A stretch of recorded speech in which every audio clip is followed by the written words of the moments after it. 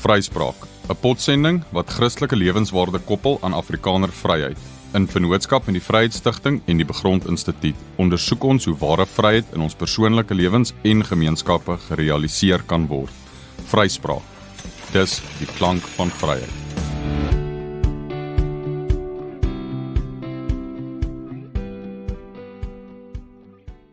Goeienaand luisteraars, u luister na Vryspraak.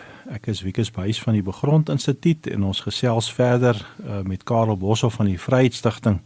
Karel, laasweek het ons so 'n 2-been program begin aanbied. Ons het laasweek gesels bietjie oor Paul Creer en Jan Smuts.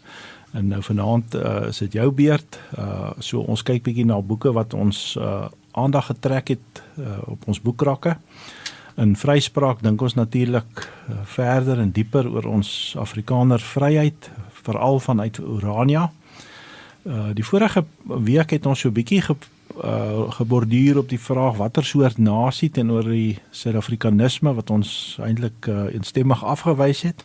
En ons het gesê ons dink meer volk, ons dink meer gemeenskap. Ons sit daai gesprek nou so 'n bietjie voort vanaand en Karel, watter boek of boeke het jy vanaand vir ons saamgebring?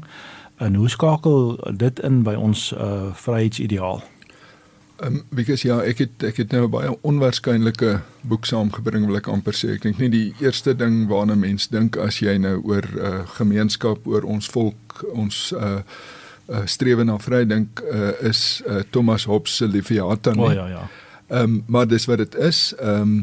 Dis 'n boek wat verskyn het in 1550 52 ergens in die omgewing. Ek ken nou nie die presiese datum nie, of 49, is omtrent 500 jaar gelede, op die drempel van die moderniteit.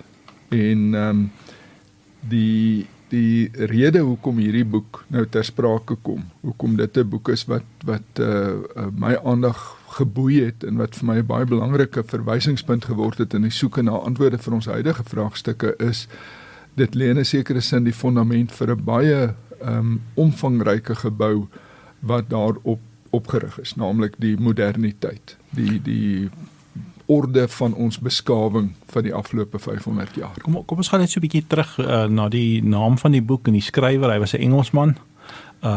Leviathan is natuurlik die see-monster of die seeslang.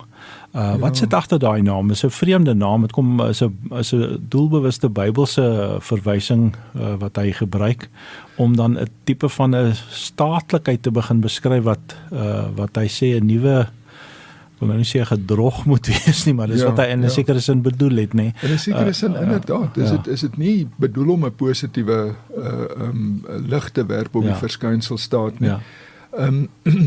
Wat hy te kenne gee, en ek kan net nou so 'n bietjie toelig hoe die argument ontplooi, maar wat hy te kenne gee is dat orde in die menslike samelewing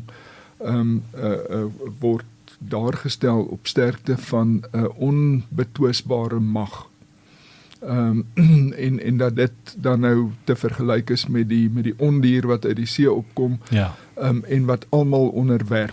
So hy dink baie uit hierdie idee van die oerstaat of die oertoestand van die mens, as ek jou reg het, nie? Ja, hy veronderstel 'n bepaalde oertoestand. Maar dis nie 'n positiewe paradijstoestand nie. Hy dink eintlik na, as ons nou 'n Bybel sou sê, na sondevals amper. Sê dat die mense mekaar in die keel gryp, en elkeen wil die ander een domineer, en hoe moet 'n mens nou daardie situasie hanteer? En dan kom hy by die idee uit dat daar kom eintlik onwillekeurig hierdie Leviathan tevoorskyn wat beteël moet word. As 'n mens nou daai argument so 'n bietjie uitpak, dan is dit doeteenvoudig dat mense is selfgerigte individue wat elkeen na hulle eie selfbehoud streef en die maksimum mag probeer uitoefen. Dis die gegewe, dis die begin. As sodanig is daar tussen al hierdie mense, al hierdie atome as het ware, menslike atome wat hier rondsweef, is daar 'n toestand van 'n oorlog van almal teen almal. So hy sou nou nie so noodwendig gesê het daar's iets goeds in almal nie. Hy sou gesê het nee, daar's iets selfsugtigs in almal nie. Ja, inteendeel, hy werk die konsep van goed en kwaad, werk hy heeltemal uit die vergelyking uit. Ja. Daar is eintlik in 'n sekere sin vir hom nie so iets soos goed en kwaad nie. Daar is alleenlik dit wat aantreklik is en wat afstootlik is, wat binne die raamwerk van sy uit en uit sintuiglike materiële wêreldbeskouing tuiskom. Op die aantreklikheid of afstootlikheid bou ons sentimente, noem ons die aantreklike goed en noem ons die afstootlike kwaad, of het ons die een lief en haat ons die ander. Maar dis alles 'n soort meganistiese wêreldbeeld wat daar ontvou. Miskien moet ons net hier uitlig hoe by nabaat revolusionêr hierdie gedagte dan is teenoor die normale geuite Bybelse lyn wat veral dan deur Augustinus bekend gemaak is en vir eeue eintlik die rigsnoer was, as mens daai 3 momente van sou opsom van skepping, sondeval en verlossing. Met ander woorde dat die Christelike denke erken ook die gevallenheid of die slegtheid of die selfgesentreerdheid van die mens, maar vanuit 'n Christelike siening is daar altyd die punt dat dit is nie hoe dit hoort nie, dis nie hoe dit moes gewees het nie, en daar is natuurlik die hoop op die verlossing, terwyl hy dek dit heeltemal van die tafel af, nie? Hy begin net by amper 'n materialistiese, en dit is hy noem dit amper 'n feitelikheid, dit is so, sekere goed is vir jou positief, sekere goed is vir jou negatief, en daarna voeg jy begrippe by wat jy dan goed en kwaad noem. En dit beïnvloed uiteindelik later ook die teologie natuurlik. Ja. Hy die boek val uit 1 in 4 dele waarvan die derde en die vierde godsdienstige strekking het, en interessant teen my, sal ek net maar sê, moderne lees daarvan terugskouende lees daarvan, het hy eintlik die groter waarde aan die godsdienstige of teologiese dele van sy argument geheg. Maar dit is 'n argument wat eintlik heeltemal agterhaal is deur die sekularisering wat deels juis as gevolg van sy werk ingetree het. Ek persoonlik, jy moet maar sê of jy nou saamstem, ek dink, miskien was dit net maar dat hy 'n kind van sy tyd was, maar ek dink daai was 'n verkoopstruc vir hom. Of hy werklik aan die godsdienstige argumente gemind was, want sy eintlike argumente staan sonder dit, nee. Hierdie is maar versiering op die boom. Ek dink sy godsdienstige argument is eg om dit so te stel, maar dit maak dit nog nie 'n baie positiewe argument nie. In die eerste plek is sy beoordeling van godsdiens in die algemeen as dat dit eintlik die tuiste van bygeloof is, die plekke waar mense aan geeste en onnatuurlike gebeure en onlogiese verklaringe waardig. So sy houding heens godsdiens as verskynsel is baie negatief. Dan kom hy en tree sogenaamd in vir die Christelike leer wat hy op 'n manier aanhang, maar te gelykertyd ook dekonstrueer. Hy maak dit eintlik in die loop van die argument tot nie, deurdat hy hom teen elke denkbare geloofsgesag opstel.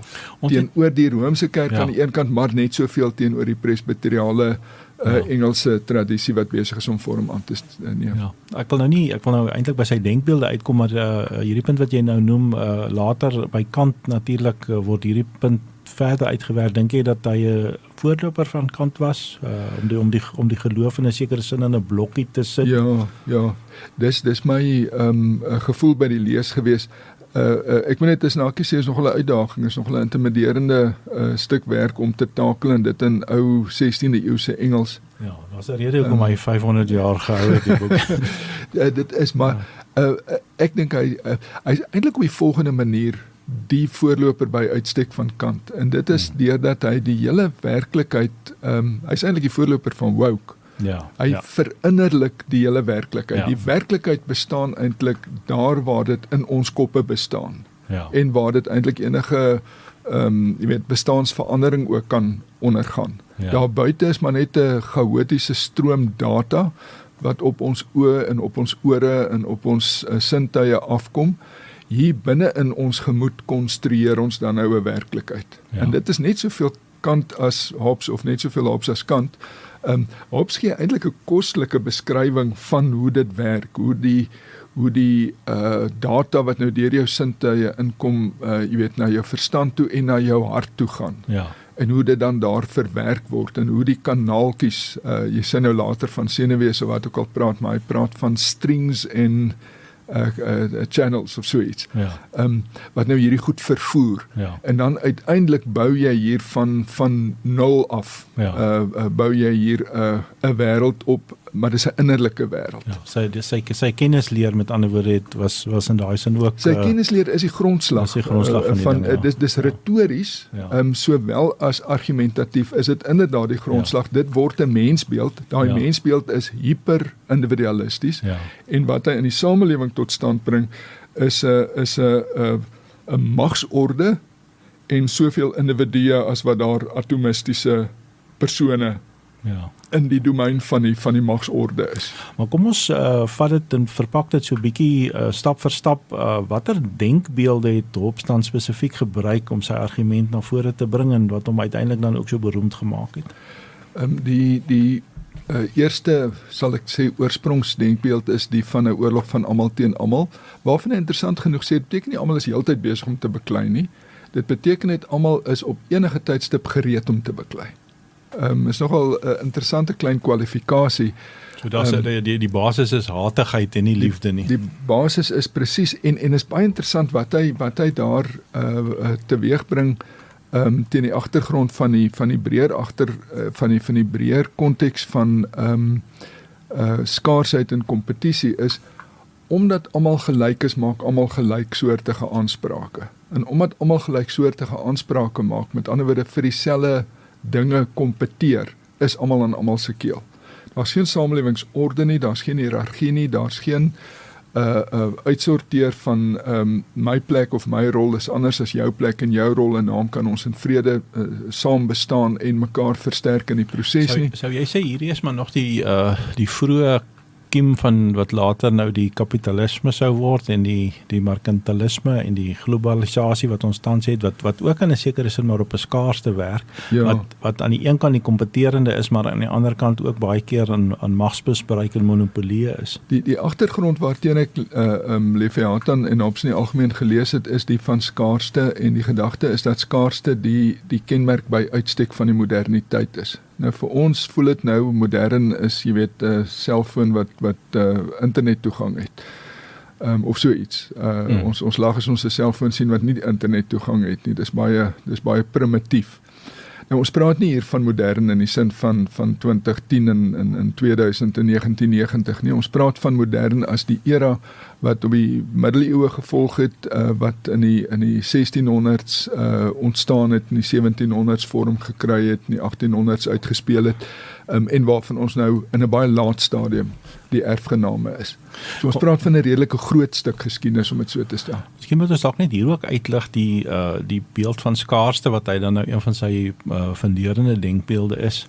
Sou my seker ook kontrasteer met die Bybelse idee van die voorsienigheid van die Here. Met ander woorde, Christene wat uit die geloof van Christus leef, leef met die idee dat die Here voorsien. Met ander woorde, al is daar skaarste, baie keer is dit nie die funderende nie. Die funderende is die liefde van God, die oorvloed, die genoeg. Ja, juis. En dit is presies wat hy uitwis. Dit is presies die transcendente bewussyn word by hom by die wortel afgesteek. Daar is nie so iets nie, alles is immanent, alles is in die innerlike, in die bewussyn. So met ander woorde, sover sê jy dat sy denke is dat daar's klomp los individue, daar's nie eintlik groter groepe in geheel ordes nie. Daar's net mense wat meeding om 'n beperkte aantal goeders en almal het dieselfde toegang of almal het dieselfde selfsugtige aanspraak.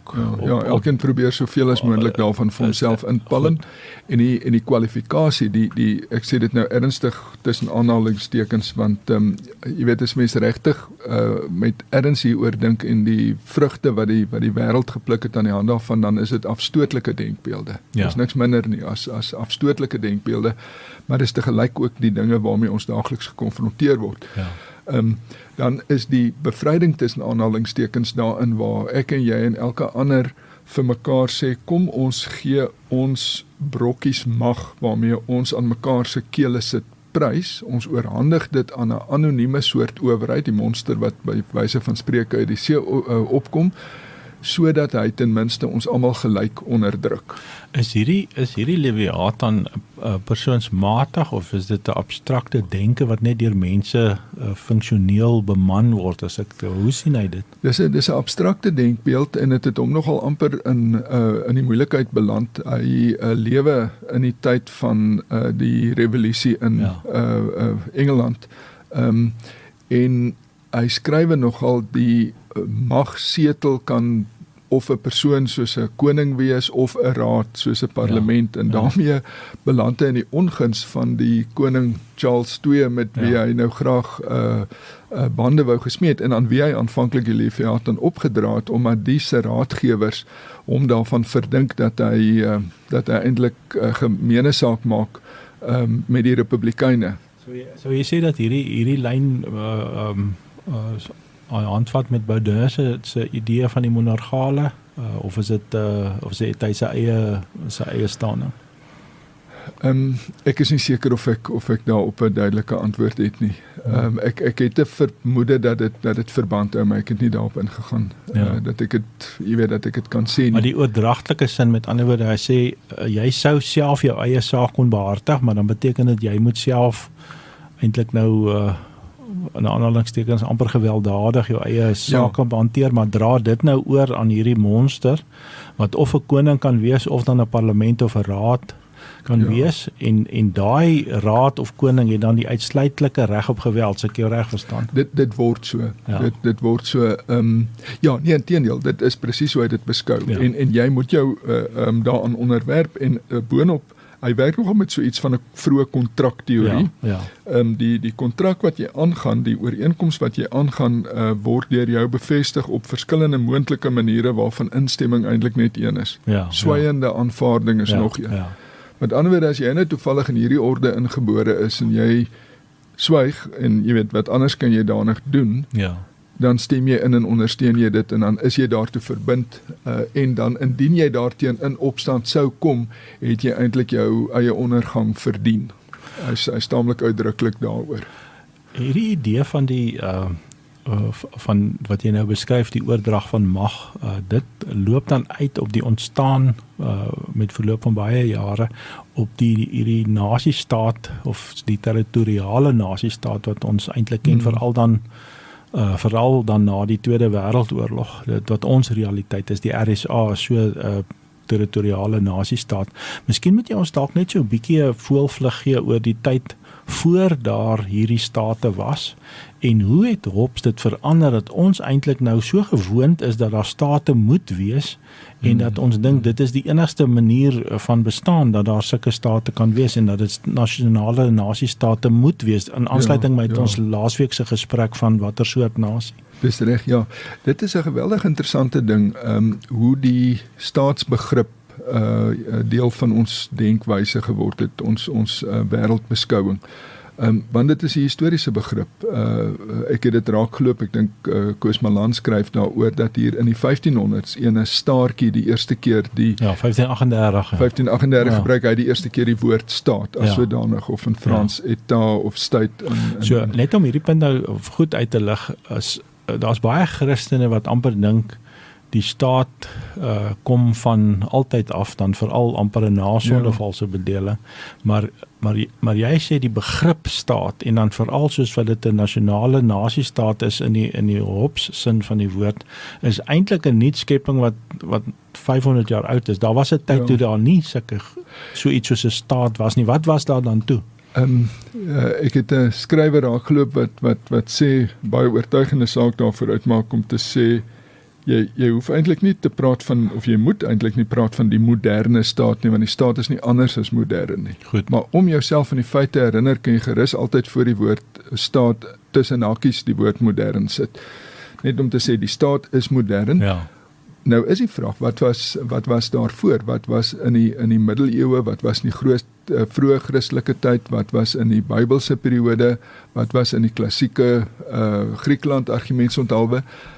Want terugskouend is mense geneig om in vertalings in die woord staat in te werk waar dit glad nie gestaan het nie, waar dit heeltemal ander woord is. Hulle lees hom terug in, sodat dit die menslike toestand, daar's inteendeel 'n skrywer, ek nou vergeet wie hy is, wat sê, naas taal is die staat die grootste menslike ontdekking. Ja. En dit is eintlik baie kort na die paradys, jy weet, is dit die volgende ontdekking. Miskien moet ek net op hierdie punt uitlig in die teologie, dit 'n geweldige destruktiewe effek gehad, hierdie punt wat jy nou noem, en dit is dat teoloë, waar die Bybel dan praat van owerhede, met ander woorde mense, lees hulle dan eksegeties konsekwent dit in, dat daar staan staat, hierdie hele gedag, ek wil nou maar verwys na Romeine 13 se rol wat dit gespeel het in die COVID situasie.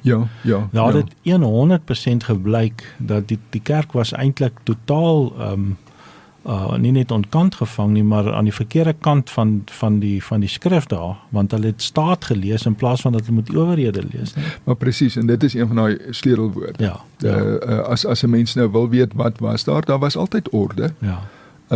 Daar was orde wat soms uitgedaag was, daar's orde wat nie altyd geslaagd was nie, daar's orde wat baie keer afgeforceer is of 'n onregmatige orde was, maar orde of ordes in die meervoud was daar altyd, owerhede was daar altyd, en dit kon goeie of slegte owerhede wees. Maar met ander woorde, ook die rykskerklike voorafgaande periode van die middeleeue, waarin daar nou maar 'n wisselende balans tussen kerk en wêreld gesoek is en soms beter en soms slegter gevind is, het ten minste met die gedagte van 'n groot kosmiese samehang gewerk. Dit is een van die begrippe wat Hobbes uit die wêreld uit wil maak. Daar is geen samehang nie anders as in jou kop. Daar is geen goedheid nie anders as in jou kop. Daar is geen verband tussen dinge nie, daar's geen doel vir dinge nie anders as in jou kop. En dit is waarom hy so fundamenteel ondermynend vir die geloof is. Die geloof is uiteindelik 'n privaat sentiment wat jy nou maar kan beoefen, waarmee jy wel werk as 'n magsfaktor. Wij lewe in die wêreld van magte, van maar dit bestaan nie regtig in die werklikheid volgens hulle. Nee, dis nie iets wat buite jou bestaan. Kom ons vat dit so 'n bietjie terug nou na die RSA toe, weer eens gaan gekoppel aan die gedagte van die Suid-Afrikanisme. Met ander woorde, as ek jou reg verstaan, die Suid-Afrikanisme soos wat ons dit nou tans beleef, die 94-95 nasiebou, of soos die ANC daarvan in Engels praat, die nation building idee met die vlag, die territoriale grense wat getrek is, sou jy sê dit het 'n Leviathan oorsprong, 'n Hobbes oorsprong? Verstaan ek jou reg as jy dit sê? Met ander woorde, die denkbeeld wat ons tans beleef, kom eintlik maar daarvan af. Die staat wat hom van ons meester gemaak het, soos bykans elke ander staat waaraan jy kan dink, sy oorsprong lê in die Leviathan denkbeeld. Ons het 'n vergrype begin kry. Ek het net nou genoem na die COVID idee, maar ons kan nou ook die Bella wetgewing weer noem. Met ander woorde, hierdie monster begin dan op klomp samelewingsterreine wette uitvaardig en mag uitspreek, wat in die vroeër ordes, met ander woorde voor Hobbes se tyd, op ander maniere sou gereël gewees. En dis dit wat jy dus sê, met ander woorde, hierdie monster vergryp hom aan die samelewing, en hy druk dit alles in hierdie prentjie in wat hy dan 'n nasionale staat noem. Kyk, daar's 'n interessante wat se mense nou sê, mate van korreksie wat ingetree het op 'n sekere deel van die staatsgeskiedenis. Na die monargale periode, waar meer parlementêre of volksregerings ingetree het, en daar 'n samehang tussen volk en staat tot stand gekom het, was daar 'n periode waar die staat weer nie die heerser nie, maar die dienskneg in diens van die volk was, in diens van die volk. Goed, ja. Maar goed, dit sê ek, dis 'n bietjie van 'n opflikkering, het hang saam met die romantiek miskien. My eintlike punt is, as ons na iets anders soek, en ek beskou dit as gegewe dat ons na iets anders soek as net, jy weet, selfs net ons eie klein Leviathan. As ons nie met die groot Leviathan tevrede is nie, dan kan ons ook nie met ons eie klein Leviathan tevrede wees nie. Dis 'n interessante punt wat jy nou maak, die Afrikaanse Leviathan. Met ander woorde, as ons nou van hierdie see-monster of hierdie Leviathan, hierdie seeslang ontslae wil raak, ten opsigte van dit wat ons beleef, ten eerste ons geskiedenis met die Britse Ryk, en dan tweedens die RSA, die Suid-Afrikanisme. Karel, sover het ons nou vasgestel dat Leviathan bring in 'n sekere sin 'n stadige revolusie tot stand.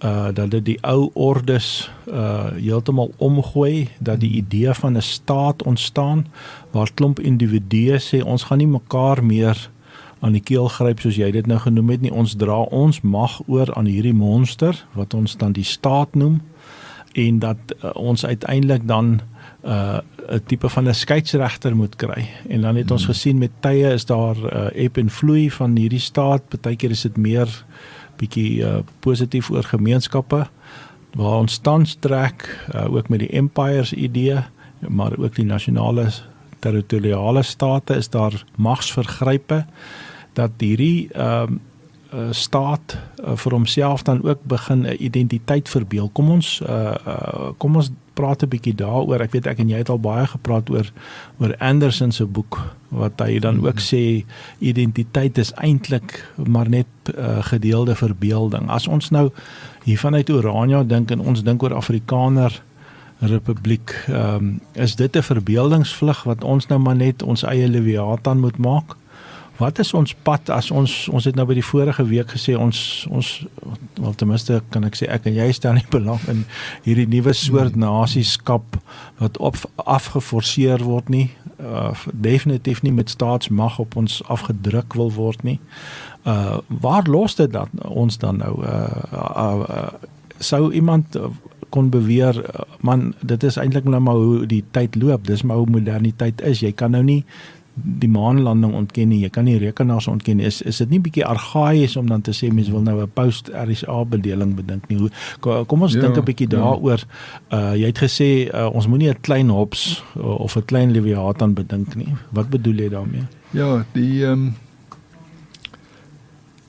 die staatsorde waarin ons bevind is nie 'n ewige orde nie, nie die spesifieke een nie, maar ook nie in die algemeen nie. En daarom moet ons na die grondslag vra in as ons geheue en verbeelding, om dit so te stel, net 500 jaar terugstrek, as dit vir ons baie oud en baie lank gelede en amper net langs die skepping lê, dan sal ons meer kry van wat ons het. Die punt is, in 'n sekere sin, tot Anderson se konsep van die verbeelde gemeenskappe, word in 'n bepaalde sin deur Hobbes nie vooruitsig gestel. As ons dus nie daaraan kan slaag om anderkant Hobbes te dink nie, gaan ons meer van dieselfde kry. Ons gaan dit miskien, jy weet, pink inkleur en nie blou nie, maar dit gaan meer van dieselfde wees. En dit is hoekom ons historiese bewussyn moet oopbreek. Dit is hoekom ons ou klassieke bronne moet gaan ontgin. Dit is hoekom ons met 'n nuwe bewussyn van ons vraagstukke en van ons problematiek vandag, en dit is eintlik die eenvoudige, ek wil nie sê uitdaging nie, dis die eenvoudige opdrag vir elke gelowige is gaan terug na jou geloofsbronne vanuit jou vraagstukke van vandag. Help nie om gisterse vrae met gisterse antwoorde, en jy's nog niks verder nie. Kom ons maak hierdie punt net, wil ek net heeltemal goed uit die verf uit lig. As jy sê ons wil nie 'n klein Hobbes of 'n klein Leviathan op Orania maak nie. As mens dit nou in die negatief stel, sê nou maar ons doen dit, sou dit dan beteken dat 'n mens 'n tipe van 'n denkpolisieering begin kry op Orania? Jy moet so dink. Dit moet so lyk, 'n Oranier is dit.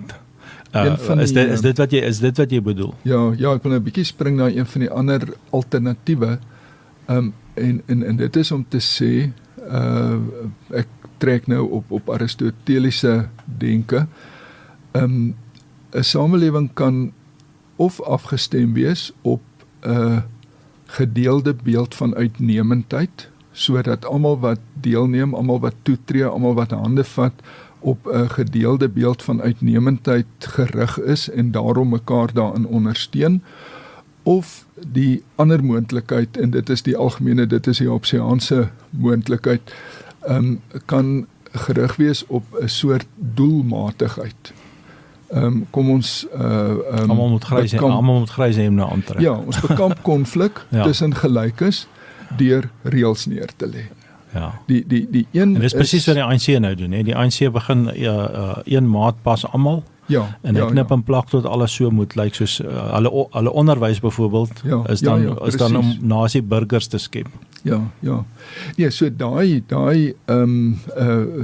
totale neerlê van een norm wat vir almal geld, wat eintlik niks anders as 'n totalitêre orde is nie. Die staat neig van nature na 'n soort totalitêre orde. Die staat soos wat ons hom nou beskryf. So op sy dit geweet, dis hoekom hy dit Leviathan noem. Hy het geweet daar's iets hierdie draakagtigheid aan. Ja, so daarteenoor is die uitdaging en die geleentheid, en ek dink ek wil amper sê die bydrae wat ons in staat is om tot die geskiedenis te lewer, is om te herontdek dat mense 'n orde kan skep rondom 'n sin vir die voortreffelike, die sin vir ons skepingsdoel, die sin vir roepingsvervulling, al daardie positiewe dinge wat ten diepste buite onsself lê in die godgegewe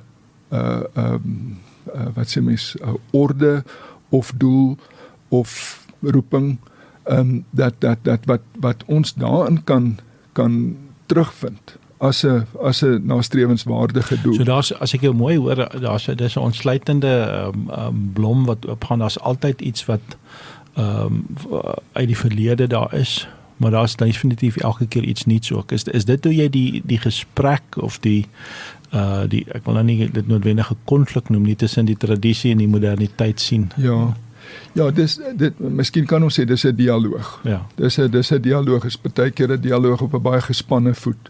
En wat daar belangrik is inderdaad om vir onsself te sê, ons kan nou nie met een groot sprong dwars bo oor die moderniteit terug in die middeleeue inspring nie. Vir eens sal ons almal graag ons standaards wil saamvat. Mens is nie teen die tegniek as jy noodwendig die uitwasse van die moderniteit uitwis nie. So ons een van die verwysings of een van die beskrywings daarvan is om te sê ons is op soek na 'n ander moderniteit. Nie die een wat op hierdie totalitêre denkbeelde in samelewingsregulering berus nie. So as ons nou die twee skerppunte wat ons sê ons wil uitwys, die een is wat jy nou genoem het die atomisme, of dit is om net die individue te sien, en die ander een is dan die voorskriftelike reëls, dat jy hierdie massa individue eintlik wil reguleer, nee? Kyk, die oomblik wat jy met een owerheid en X atome werk, X individue, dan wil jy begin voorskryf. Dan is dit grys, dan is dit grys in 'n sekere sin van die woord, dan het almal grys entjies. Dit is uiteindelik maar dan ook die materialisme van die marxisme en die kapitalisme wat in 'n sekere sin daar by teenkante van dieselfde ding kan wees. Is. Jy het net nou genoem, ons moet teruggaan na ons geloofsbronne toe, jy noem dan ook die skepingsdoel, die roeping, hoe moet ons dit op Urania toepas as ons dan in ons denke met ander woord ander kant die RSA dink, postkoloniaal dink, is twee aparte gesprekke, post-apartheid en postkoloniaal is oorvleelend, maar dis nie identies nie. En ons wil dit doen in die gesprek tussen die tradisie en die moderniteit. Hoe moet ons dit prakties hier aanpak? Ons het nou uitgewys wat ons nie moet doen nie. Ons wil nie 'n denkpolisie hê wat sê almal moet net vierkant blokkies dink nie. Daar moet 'n ruimte wees dat jy as individu geskep is, maar daar moet ook 'n kollektiewe wees wat sê ons het ook saam hierdie strewe om uiteindelik iets te bereik. As mens dit prakties maak om te sê ons wortels, ons tradisie, wat is daar vir ons op te diep? Ja, kyk, dit is nou geen eenvoudige vraag nie, want dit is 'n kwessie van perspektief en nou kan die beswaar maklik gesê word, ja nee, jy weet, sit nou 'n groen sonbril op, dan's al die droë gras groen. Dis nie wat ek daarby bedoel nie. Dit gaan baie dieper as dit. Inteendeel, jy het dit net nou aangeraak. Deur te sê en dis die invalshoek van waaruit ek Hobbes ook gelees het, die vraag van skaarste of van oorvloed. En ek sê die geskiedenis, die denkgeskiedenis sedert Hobbes staan in die teken van skaarste, maar dit is nie waartoe ons gemaak is nie. Dit is nie waartoe ons geroep is nie. Ons is geroep tot genieting, tot 'n vreugdevolle, dankbare genieting van die oorvloed van die skepping en van God se gawes.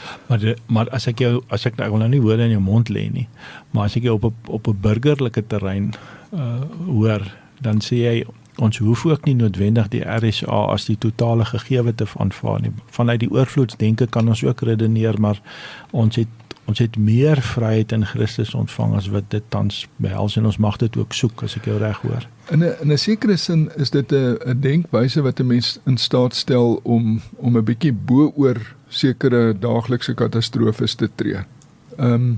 En ek dink nogal dit is wat ons nodig het. Dit beteken nie die daaglikse katastrofes gaan weg nie, maar dit beteken ten minste jy maak jou denke oop vir ander moontlikhede om te verwerklik. Dit beteken ook nie jy gaan lewe in 'n droomwêreld nie. Dit beteken hierdie wêreld waarin jy woon kan verander word deur ander denkwyses aan die dag te lê wat nie teken sê dat nou maar weer van dankbaarheid en oorvloed staan. Kom ons praat 'n bietjie oor hierdie een jy noem nou bo oor of koppel aan die realiteite. Wat sou jy antwoord gegee die lyn van die gesprek wat ons het vanaand oor iemand wat sê man Orania is eintlik ontvlugtingsdroom. Dis mense wat nie in die RSA wil wees nie. En julle onttrek en julle kom sit hier en is eintlik bietjie onrealisties wat julle doen. Hoe sê jy dit antwoord?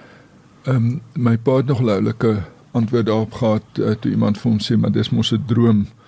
Toe sê hy dit mag wees, die alternatief is 'n nagmerrie. Ja. So in 'n sin ja. Want as ek wil nie net in rede val, as ek jou reg verstaan, sê jy as ons die Hobbes-denke binne die Suid-Afrikanisme, binne die RSA vashou, dan kluister ons onsself in en ons sluit moontlikhede nie wat wel toeganklik kan wees met hierdie as ons net besef dit is nie die enigste wat daar is nie. Daar is 'n ander kant die RSA wat bedink kan word. Ja. Die vraag wentel rondom daai uitdaging om te sê as jy 'n ding wil dink, moet jy hom net eers as jy 'n ding wil doen, moet jy hom net eers gedink het. Ja. Jy's eintlik ons is mense, ons is eintlik nie in staat om dinge te doen wat ons nie gedink het nie. Die denkwêreld, dis die instrument, die rede, die vermoë om te dink en te beplan. Ja, Paulus wat sê word verander in julle gemoed, met ander woorde as die denke eers aangepas word, aangeraak word wat jy nou genoem het met oorvloedsdenke en nie met skaarsheiddenke nie, dan kom jy by ander goed uit, nee. Ja, want as jy deur die een bril kyk, gaan jy aanhoudend een soort ding sien.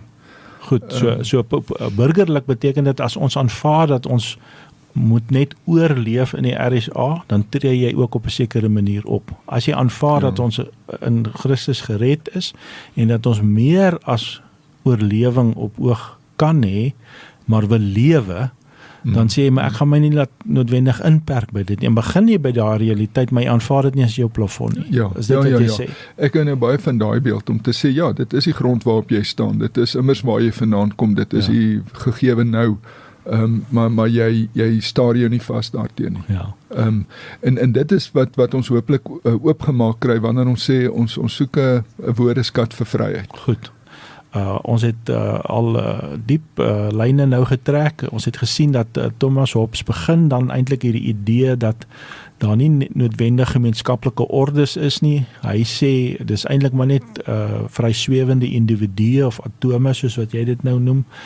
Mense wat in selfsug teenoor mekaar gestel is omdat daar 'n skaarsheid is waaroor almal beklei en om die konflik of die potensieel van konflik op te los, dra elke individu dan sy mag oor aan hierdie Leviathan, aan hierdie seemonster wat die staat genoem word. Jy het sê dat die koning is of die parlement of partykeer sit hulle nog die oligargie ook by die ryk mense. Ons het dan ook gesien dat ons huidige situasie met die RSA sou my seker kon beskryf as 'n swak Leviathan. Ons is dis miskien een van die genadige bedelings onder ons dat ons nie 'n sterk monster tans het nie. Die draak is regtig nie siek. Dit laat baie moontlikhede by ons oop. Voor die musieksnit het jy genoem van 'n woordeskat. Hoe belangrik is dit om woorde te herwin, maar ook om nuwe woorde te skep? Want as ek jou reg hoor, dan sê jy as jy iets wil doen, moet jy dit eers gedink het, maar as jy jou denke wil uitbring, het jy woorde nodig. Jy moet dit uitsê. Kyk, een eenvoudige voorbeeld is wat ek vra jou nou of ek vra iemand op straat, wat is die ekonomie? Ja. En die antwoord is met eens. byna sonder om te dink, dis die kompetisie om skaars hulpbronne. Ja, en dis 'n daarmee opsting. is jy binne en ops. Ja. Daarmee is jy binne en ops. En dan perk jy jou in en dit is jou stelreëls en jy kom nooit eintlik daar uit nie. So kom ons vat net daai punt, met ander woorde, om van Orania en 'n Orania ekonomie te dink of 'n volksekonomie. Ek hou meer van die woord oiko-ekonomie, met ander woorde 'n huishoudelike ekonomie, en ek bedoel nou nie 'n bestaansboerdery nie, ek bedoel 'n volkshuishouding. Met ander woorde, dis iets wat ons nou op die tafel sit en sê, kom ons begin 'n woordeskat, kom ons begin daaroor dink, dat ons met mekaar handel dryf, met ander gemeenskappe handel dryf, met die wêreld handel dryf, maar nie uit 'n skaarsheid oogpunt nie, maar uit 'n oorvloed oogpunt, en dan met die belofte dat die Here vir ons 'n toekoms gee, as ek jou reg hoor. Ja, nou miskien is een van die woorde wat dadelik by mens opkom, en dit kan eintlik 'n interessante soort oefening wees om woorde te gooi, die een wat met die ander resoneer, maar 'n woord wat dadelik by my opkom in hierdie handel met ander is die gedagte van billikheid. As jy uit 'n oorvloeds uitgangspunt handel, dan is billikheid eintlik gegewe. Dan beteken dit ek neem nie meer as wat my toekom nie. Ek gee nie minder as wat jou toekom nie. Jy neem nie meer as wat jou toekom nie. Billikheid gaan twee kante toe. So kom ons kontrasteer net hierdie punt nou teenoor die marxisme en die kommunisme en die sosialisme aan die een kant en die naakte kapitalisme aan die ander kant. Die naakte kapitalis sal sê die aandeelhouer se hoogste wins altyd. Maak nie saak wat nie. So dis iemand wat mense sal ontslaan, want hy wil meer wins maak, en jy sê nie, daar moet 'n tempering kom, daar is ook 'n beperktheid aan hoe die individuele aandeelhouer se sake behartig word. Daarteenoor die privatisering wat uitgewissel word met nasionalisering van die marxistiese kant af, is eintlik maar, hulle sê die skaarste moet beheer word, dis hulle argument. Ons sê nee, die Here voorsien vir ons, die Here wil ook volke hê, die Here wil ook volke hê wat in vrede met mekaar lewe, en ons mag ook met mekaar handel dryf op 'n manier wat mekaar nie bedreig nie, maar uiteindelik verryk en versterk. Hoor ek jou reg? Ja. Nee, heeltemal. Die oorvloed is daar om ontgin te word, om geniet te word, om in vreugde, gedeel te word, maar nou goed, nou klink dit amper na 'n soort utopiese sosialisme, as jy nou sê in vreugde gedeel word. Dit beteken nie op 'n sentralistiese wyse deur sentrale bestuur. Omdat ons vanuit 'n geloofsoogpunt die individu en die groep in balans met mekaar sien. Maar op 'n prakties eenvoudige vlak, ons is besig om die stad te bou. As ons nou die rugbyveld se gras laat plant of geplant het as gemeenskap of as ouergemeenskap of as skoolgemeenskap, dan hoef dit nie weer na die tyd deur die volgende geslag gedoen te word nie. Ek wil nou hierdie voorbeeld vat van die sogenaamde model C skole wat in die RSA al daai sportgeriewe is opgebou, en dit is deur die staat weggevat. En as ons uit nie 'n skaarste oogpunt dink nie, maar 'n voorsienigheidsoogpunt dink, dan kan ons sê die een geslag se welvaart kan ook in die volgende geslag se hande oorgedra word. Met ander woorde, jou kind hoef nie dieselfde goed te doen as wat jy gedoen het. Ja, dit is interessant, né? Dit is 'n vorm van welvaartvestiging wat ons as volk eintlik herhaaldelik misgun is. Eers met die oosgrens. Oosgrens, en toe met die Britse Empire en nou met die Suid-Afrikanisme. Dis die derde keer wat ons van die grond af sou jy meen, is nou bedek, lok jy dalk nou uit om op dun ys te skaats, sou jy meen die neiging Weskaap toe, die groot terugtrek Weskaap toe, hoe sien jy dit ten opsigte van die skaarste welvaart idee? Ja, dit lyk vir my na 'n wit middelklas ding om te doen. Weer 'n geslag wat 'n welvaart in 'n sekere sin uit die hande van die volgende geslag laat. Interessant, wat daar gebeur is, dit het baie te doen, vroeër miskien meer as nou, want ons is nou al 'n geslag verder, met, noem dit nou maar die volkskapitaal, wat geïndividualiseer het. Ons het 'n groot stelsel gebou, 'n groot sisteem gebou, elkeen het met die uittrede pakket wat hy gekry het, volkskas het toe opsag geword. En elkeen het sy deel gevat en jy weet, 'n lekker plekkie langs die see gesoek. En interessant hoeveel mense dit nie so lekker vind om elke dag vir die see te kyk nie. Maar goed, Orania het die Koeksuster monument, ons sê gemeenskapskapitaal. Ons het betekenis. En dit beteken steen vir steen van onder af, selfbou. Ja, ek dink ons is besig om daai ewewig te herwin en te sê voeg saam wat jy weet 2 en 3 saam kan doen is op die ou en meer as wat een apart kan doen. Ons sal hierdie woordeskat natuurlik op klomp vlakke moet begin uitbrei. Ek wil dit miskien koppel aan die 10 Oktober groot onthulling van jy het laasweek die woord ewebeeld gebruik vir die standbeeld van Paul Kruger. Kan jy dit miskien Hobbes se Leviathan in die lig van die republikanisme wat ons hopelik dan ook op 'n amptelike tweede vlak geplaas word, op 'n volgende vlak geplaas word met Paul wat huis toe kom? Jo, weet jy, ek dink ek wil nou 'n onverwagse wending daaraan gee deur te sê as mens nou na die uitbeelding op die destydse historiese voorblad van die Leviathan boek kyk, dan is dit nou 'n monster en as jy mooi kyk, dan is die monster saamgestel, dis 'n regte ou collage. Ja. Nou later in die mode geraak het. Dis 'n afbeelding waarin die lyne van hierdie monster deur klein mensietjies geteken is. Ja. So as jy nou van naby kyk, dan sien jy hierdie hele ding bestaan uit ewe klein mense. Nou, wat is Paul Kruger? Hy's lewensgroot en groter, danksy die rol wat hy gespeel het in ons geskiedenis en in ons volksdenke. En hy's ook nie die enigste held wat ons het, wat in 'n hiërargie van heldedom staan. Maar het 'n simbool geword van iets, groot dinge, simbole, wegwysers. Met ander woorde, die weg wat ons inslaan, is een waarin daar ook van rangordening sprake is. Waar ons ook moet weet, wat is in diens waarvan?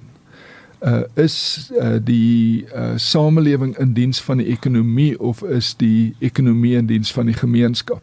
Dis een van die belangrikste sleutel rangordenings wat ons nodig het.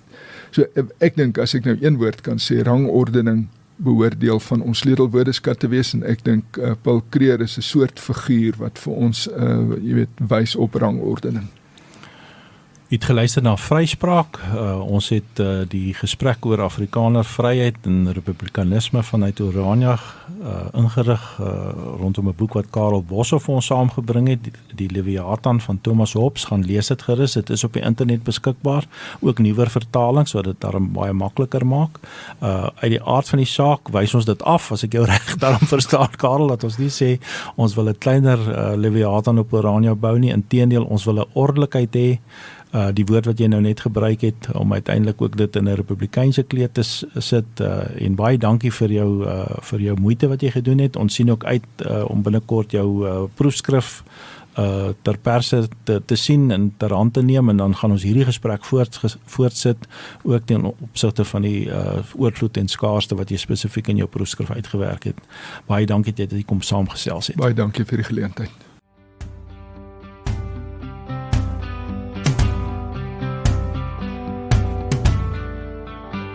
Vryspraak, 'n potsending wat Christelike lewenswaarde koppel aan Afrikaner vryheid. In vennootskap met die Vryheidsstigting en die Begrond Instituut ondersoek ons hoe ware vryheid in ons persoonlike lewens en gemeenskappe gerealiseer kan word. Vryspraak, dis die klank van vryheid.